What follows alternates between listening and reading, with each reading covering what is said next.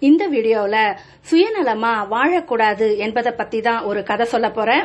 வீடியோவை பார்க்கறதுக்கு முன்னாடி என்னோட பிரெயின் ஸ்கூப் சேனலை சப்ஸ்கிரைப் பண்ணிட்டு பாருங்க. ஒரு ஊர்ல யாருக்கும் உதவி செய்ய மனம் இல்லாத ஒரு பணக்கார கருமி வாழ்ந்து வந்தான். வசதிகள் இருந்தும் யாருக்கும் உதவி செய்ய மாட்டான். அந்த பணக்கார கருமியால யாருக்கும் எந்த பயனும் இல்லாம இருந்தது. ஒரு நாள் அவனுக்கு சொர்க்கத்தையும் நரகத்தையும் பார்க்கணும்னு ஆசை வந்தது. ஒரு நாள் பணக்கார கஞ்சனோட கனவுல ஒரு பெரியவர் வந்தாரு. அந்த பெரியவர் சொன்னாரு, நான் உன்னோட ஆசையை நிறைவேற்றுறேன், என் கூட வா, நான் உனக்கு சொர்க்கத்தையும் நரகத்தையும் காமிக்கிறேன் அப்படின்னு சொன்னாரு. இந்த கஞ்சனோ பெரியவர் கூடவே போனா. பெரியவர் முதல்ல நரகத்துக்கு கூட்டிட்டு போனாரு. அங்கு உணவு சாப்பிடுற நேரம் அது. பெரிய பெரிய அண்டாக்கள்ல சாதம், சாம்பார் மற்றும் சுவைமிக்க பதார்த்தங்கள்லாம் இருந்தது.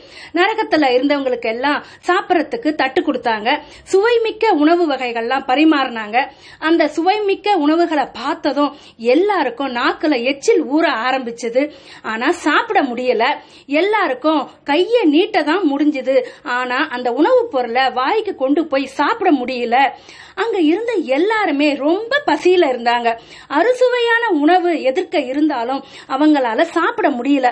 இதனால அவங்களுக்கு பசியோடு ஆத்திரமும் சேர்ந்துக்குச்சு. பசியோட தாக்கம் அதிகமா ஆக ஆக கோபமா மாறுச்சு. எல்லா சாப்பாடு அண்டாக்களையும் கீழே தள்ளி விட்டாங்க. அண்டாக்கல்ல இருந்த சாப்பாடு எல்லாம் தரையில கொட்டி வேஸ்டா போயிடுச்சு. தாங்க முடியாத பசியால உட்கார்ந்து அழ ஆரம்பிச்சுட்டாங்க. இப்படியே தொடர்ந்து அழுதுகிட்டே இருந்தாங்க. இப்போ அந்த கனவுல வந்த பெரியவர் பணக்கார கஞ்சனை சொர்க்கத்துக்கு அழைச்சிக்கிட்டு போனாரு. சொர்க்கத்திலையும் அதே மாதிரி அண்டாக்கள் நிறைய சாப்பாடு வச்சிருந்தாங்க. சொர்க்கத்துல இருந்தவங்களுக்கும் கைய நீட்ட முடிஞ்சது. ஆனா கைய மடக்க முடியல.